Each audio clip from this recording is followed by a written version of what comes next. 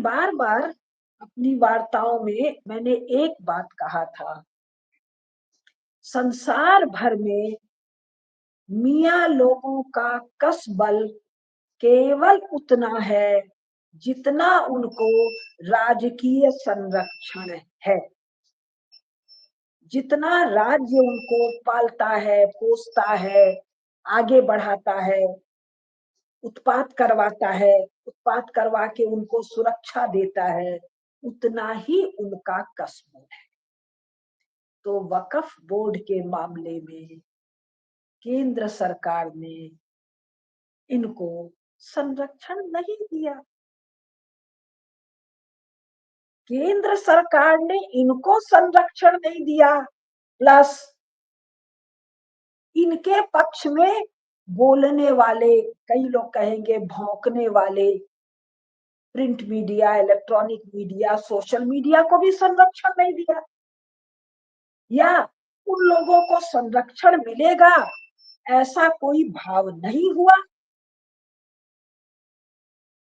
बंगाल में और केरल में भी वक्फ के खिलाफ कोई उत्पात नहीं हुआ। कर्नाटक में भी शायद कांग्रेस की सरकार है, और भी एक आध जगह अन्य सरकारें हैं, स्टालिन वाली तमिलनाडु में सरकार है, वहां भी नहीं।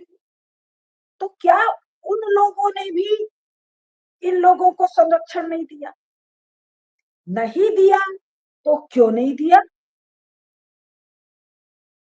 क्या इसका लेना देना अमेरिका में ट्रंप सरकार के आने से है? यानी अंतरराष्ट्रीय जगत में जो सरकार थी, ये सबसे पावरफुल देश, militarily, economically, diplomatically, resource wise United states of America है। वहां जब जो बिडेन था तो उसका काम था इस प्रकार के जितने एलिमेंट जिस जिस नाम से संसार भर में है उनको रुपया देना, संरक्षण देना, मिलिटरीली इक्विप करना, डिप्लोमेटिकली प्रोटेक्ट करना। उसकी जगह ट्रंप सरकार आई, ठीक उल्टी। अब उसका क्या काम है? इनका सफाया करना। हमास के पक्ष में अमेरिका में प्रदर्शन होता था कब? जब जो बिडेन की सरकार थी।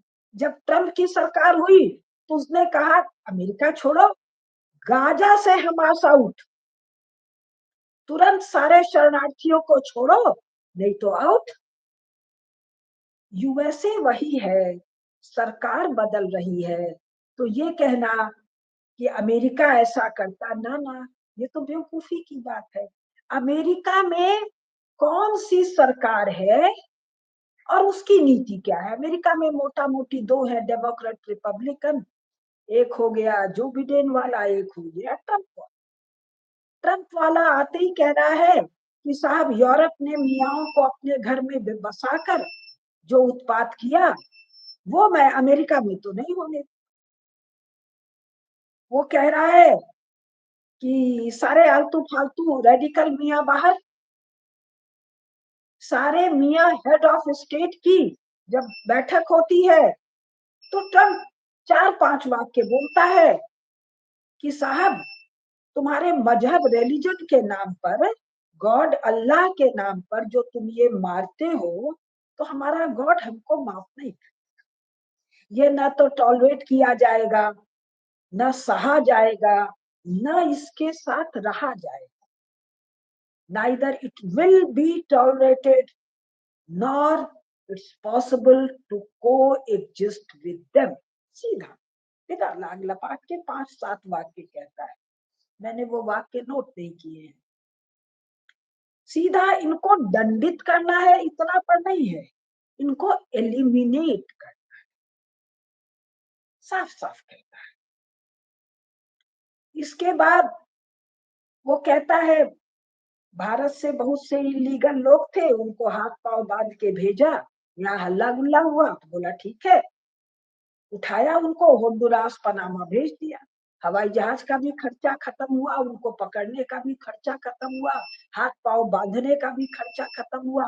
पनामा, होंडुरास भेज दिया कि इनसे काम कराओ, अब जिसको जाना है जाके ले आओ, तो अपने टिकट से भेज रहा था। और जिनको इस तरह वो निकालेगा उनकी सारी संपत्ति का क्या होगा वो आप कल्पना कर लीजिए। इसके अलावा फिर कहा भाई सेल्फ डिपोर्ट कर लो जितने इलीगली हो, यानी जो बिडेन के बनाए और उसके पहले के बनाए कानूनों में, अमेरिकन कानूनों में जितने इलीगल हो अपने आप चले जाओ। उसके बाद दूसरे कानून बनेंगे क्योंकि पार्लियामेंट, संसद जिसको कहते हैं, सीनेट कहते हैं, अलग अलग नाम है उसका, क्या है, लेजिस्लेटिव बॉडी।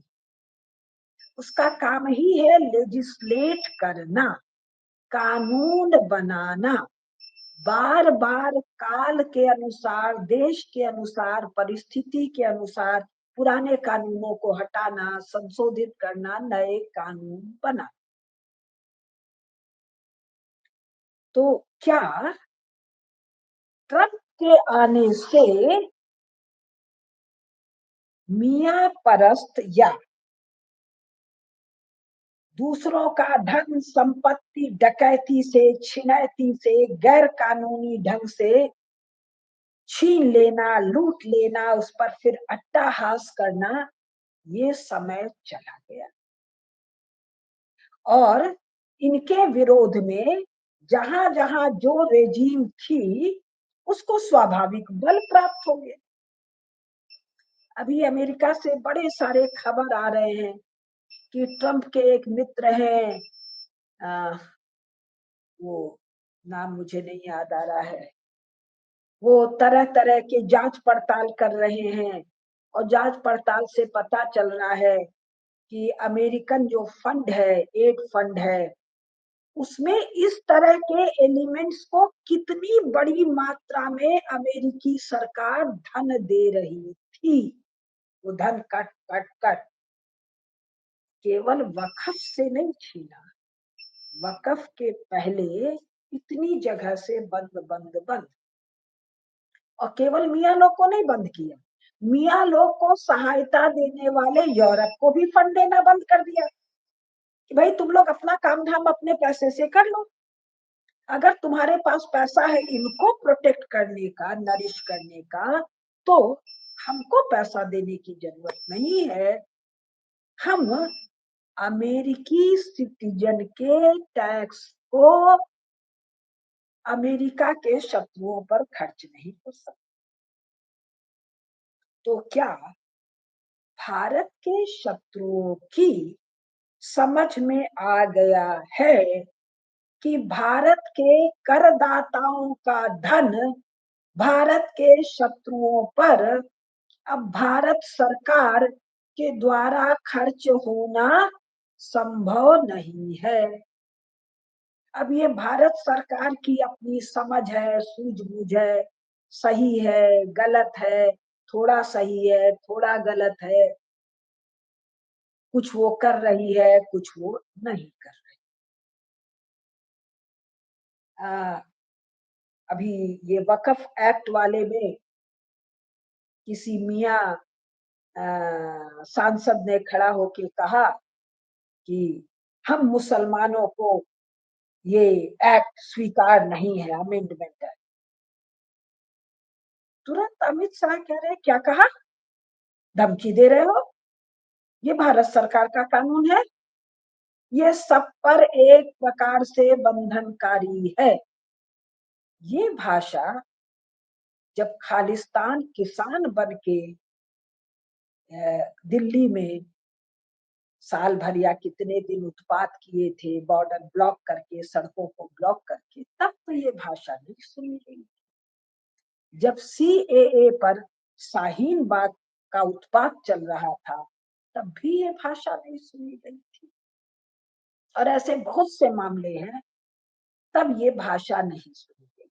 क्या ट्रंप के आने का मतलब संसार भर में अराजकता विरोधी जो शक्तियां हैं उनको क्लियर सिग्नल है, जो करना है वो काम करो, इनको मटिया मेट कर। और ये बात समझ में आ गई है राहुल गांधी जैसे लखेरे को भी, केजरीवाल एंड कंपनी के लखेरे, लखेरा शब्द हमारे यहाँ यूपी में प्रयोग होता है, मतलब बहुत छोटा मोटा सड़क छाप गुंडा या लफंगा, जिसको सीरियसली नहीं लिया जाता है, कुछ अनएम्प्लॉयड टाइप 30 32 25 साल का छोकरा होता है, बेकार सा छोकरा। राहुल गांधी ने तो पार्लियामेंट में इस विषय पर भाषण ही नहीं दिया। तो क्या इसलिए कि ट्रंप ने सोरोस एंड कंपनी और ऐसे बहुत सारे होंगे, उनकी फंडिंग खत्म कर दी, तो वहां से स्क्रिप्ट भी लिख के राहुल को नहीं आया, स्क्रिप्ट भी नहीं आया और वो बोलने के लिए पैसा भी नहीं आया। इससे मेरे मन में एक बात और खड़ी कि भाई, और किसी राजनीतिक दल को धन की जरूरत है, बाहरी विदेशी फंडिंग की जरूरत है, ये तो समझ में आता है, लेकिन कांग्रेस को विदेशी फंडिंग की जरूरत है, ये मेरी समझ में नहीं आता। केवल एक उदाहरण दे रही, 1975-76 में जब इमरजेंसी लगी है, तो जयपुर और आमेर में जो अपने राजघराने के किलों में खुदाई करके ट्रकों में भर के सोना निकला। अब इस आमेर और जयपुर का क्या अर्थ है? मुगल टाइम में, यानी अकबर से औरंगजेब तक और उसके बाद तक, जो भी मारधार लड़ाई सेनापतित्व है वो राजपुतानी के हाथ में है, और जो जीत के पैसा आता है उसका लॉयंस शेयर, सबसे बड़ा हिस्सा आमेर और जयपुर के तहखानों में जमा। और इंदिरा गांधी इमरजेंसी के समय मिलिट्री को लगाकर वहां से खुदाई करती है, जयपुर की महारानी को जेल में डालती है, टेरर का वातावरण है, ट्रकों में भर के सोना निकलता है। ये तो एक है, ऐसे पता नहीं कितने मामले मंदिरों के हैं, राजघरानों के हैं, बहुत प्रकार के कॉन्फिस्केशन है, और ये सोना तो कांग्रेस के पास है, और ऐसा एक सोना तो नहीं है। तो सोनिया गांधी के पास का वो सोना क्या हुआ? क्या, अब ये सब मैं अपने मन की बातें कह रही हूँ, मेरे पास कोई लिखित या कोई ऐसे अखबार का या सोशल मीडिया का या पुस्तक का कुछ नहीं है जो मैं दिखाती रहती हूँ आपको। मैं अपना कॉमन सेंस का प्रयोग कर रही हूँ। वो सोना कहाँ गया? कांग्रेस से सोना छीनने का औकात तो किसी का है नहीं। तो क्या ऐसा हुआ है 2014 के बाद, आपको ध्यान होगा ब्लैक मनी को लेकर 2011, 12, 13 में स्वामी रामदेव जी ने बड़े आंदोलन वगैरह किए थे, और उसमें 2013 में मोदी जी ने कहा था कि हम कानून बनाएंगे, ब्लैक मनी वापस लाएंगे, वगैरह वगैरह दुनिया भर की बातें। तो क्या 2014 के बाद मोदी सरकार के दबाव में सोनिया गांधी, प्रियंका, राहुल का वो जो सारा भारत का धन विदेशों में जमा था, वो उनको मिलना बंद हो गया? या उनको स्विस बैंक के कुछ कानून है, और भी कुछ कुछ जिसको टैक्स हेवन्स कहते हैं, वहां पर कुछ कुछ कानून है जिसके तहत वही सोना, वही अपना धन निकाल सकते हैं, वो धन निकाल कर उनको भाजपा को हैंड ओवर करना पड़ा। भाजपा को नहीं तो किसी और जगह हैंड ओवर करना पड़ा, जिसके एवज में वो जेल जाने से बचे रहे। इतने सारे उनके घपले पकड़े गए, वो कौन कौन सा मामला था, हेराल्ड का, नेशनल हेराल्ड का, और क्या क्या कितना सारा हम लोगों ने सुना। अब जेल जा रहे हैं, अब जेल जा रहे हैं। मैं सुब्रमण्यम स्वामी को 12-13 से सुन रही हूँ कि तिहाड़ जेल में इडली, डोसा, पास्ता बनाने वाले लोगों को रख दिया जाए, इटालियन फूड बनाने वालों को, ये लोग जाएंगे तो इन लोग को अपने मन का खाना मिल जाए। ऐसा तो नहीं हुआ। तो कांग्रेस के पास यानी सोनिया गांधी, राहुल गांधी और प्रियंका के पास धन का ये अभाव तो हो गया। कैसे हो गया, क्यों हो गया? कि ना क्या बिना भारत सरकार के एक्टिव हस्तक्षेप के बिना धन का ये अभाव संभव है? और इतना बड़ा धन ले लेना समझदारी है कि इन तीन ठो को जेल में बंद करना और उसके बाद देश भर की सहानुभूति ये इकट्ठा कर, या इनकी सिक्योरिटी में भी ऐसे मामले हैं? क्योंकि कभी सुनते हैं राहुल गांधी थाईलैंड चला गया, कभी वियतनाम चला गया, कभी अमेरिका चला गया, कहाँ चला गया उसके जानकारी भारत सरकार के पास नहीं। कैसे संभव है भाई? इनको भारत सरकार की सिक्योरिटी मिली हुई है। सिक्योरिटी से बाहर ये 2014 के बाद तो जा नहीं सकते हैं, तो इनके हर मूवमेंट पर भारत सरकार का लिखा पढ़ा करके रखा हुआ। तो अभी जो वक्फ में बात हो रही है कि सांप सूख गया है, तो क्या केवल सोनिया का धन सूख गया या अन्य राजनैतिक दलों का भी धन सूख गया? तलहटी में अब कीचड़ भी नहीं बचा। एक हम लोगों ने नोटबंदी सुनी थी कि नोटबंदी में इन राजनैतिक धनों के पास जो कैश के रूप में धन था, एक कानून कलम की नोक से साफ हो गया।